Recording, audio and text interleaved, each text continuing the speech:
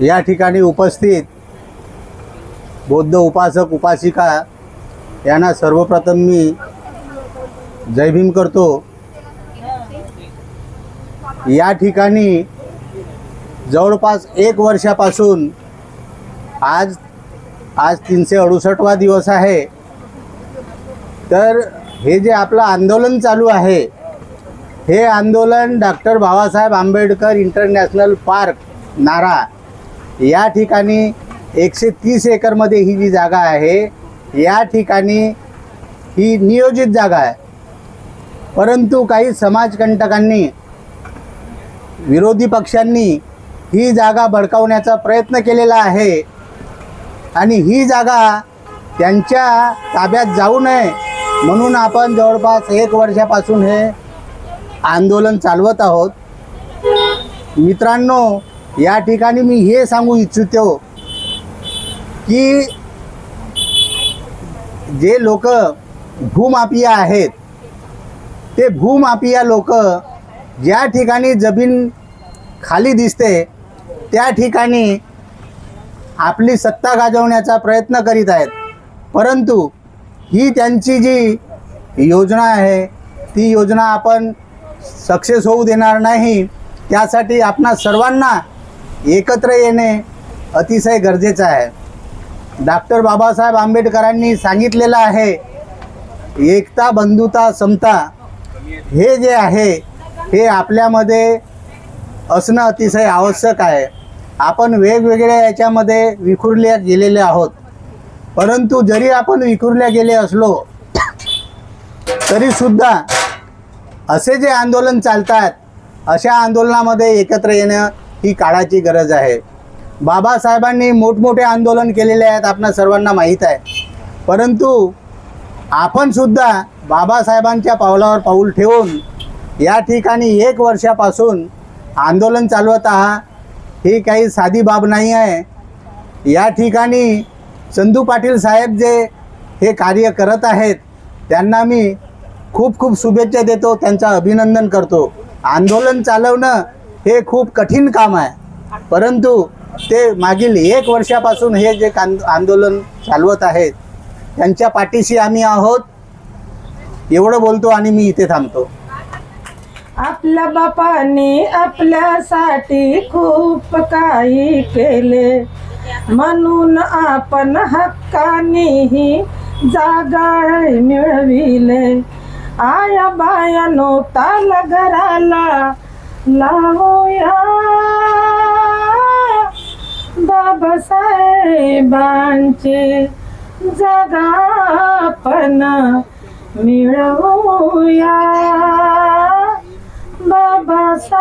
बाबासाहेबांची जागा आपण मिळवूया। 180 दिवस झाले तरी नाही थकलो, आंबेडकरांच्या नावासाठी उपोषणाला बसलो। चंदू पाटील साहेब तुम्ही पुढे या, बाबासाहेबांची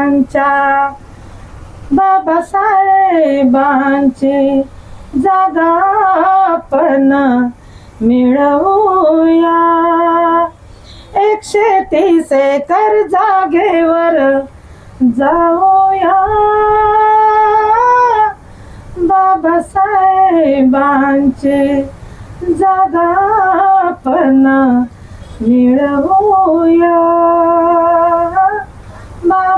बाबासाहेबांची जागा आपण मिळवूया। जय भीम सर्वांना। 64व्या म्हणजे आता 1 वर्ष 3 दिवस झाले। त्या निमित्तानं आज हे जे आंदोलन आहे हे सतत आमच्या आया बहिणी ह्या ठिकाणी सकाळपासून बसून ह्या आंदोलनाला गती देत आहेत। ह्या समितीचे उभं व्हावं लागेल, नाही ठीक आहे उभं व्हावं लागेल।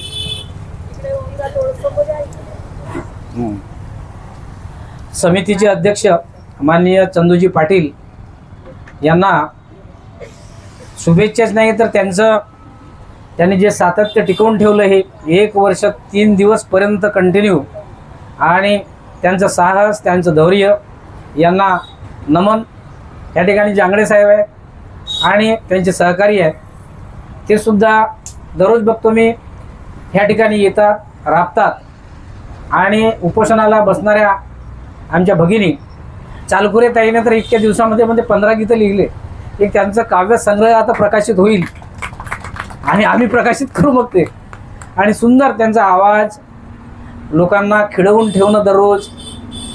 आणि असं वाटते की इथं कोणाही दुसऱ्या एका कोणते संगीतकार किंवा कोणी गझलकार किंवा कोणी जे कव्वाल आहेत अशा कोणत्याही कार्यक्रमाची बाहेरच्या माणसाची पैसे देऊन आणण्याची गरज नाही आहे. इथं प्रत्येक आमच्या भगिनी जे बसतात त्या प्रत्येक गायिका आहेत आणि अगदी सुंदर गीत गातात आणि लोकांना इथं खिळवून ठेवतात. आणि म्हणूनच हे 1 वर्षाहून अधिक हे चालत आलेलं आंदोलन इथं कोणीही असे कंटाळवाणे होत नाही. एवढंच आहे की संख्या जशी वाढायला पाहिजे, काही दिवशी संख्या दिसते, काही दिवशी मग संख्या कमी होते. परंतु खरं म्हणजे हे जे आंदोलन सुरू आहे मित्रांनो, एक आपण लक्षात ठेवलं पाहिजे की इथं आपण doctor Babasaheb Ambedkar international park 130 एकरामध्ये आपण मागणी केली.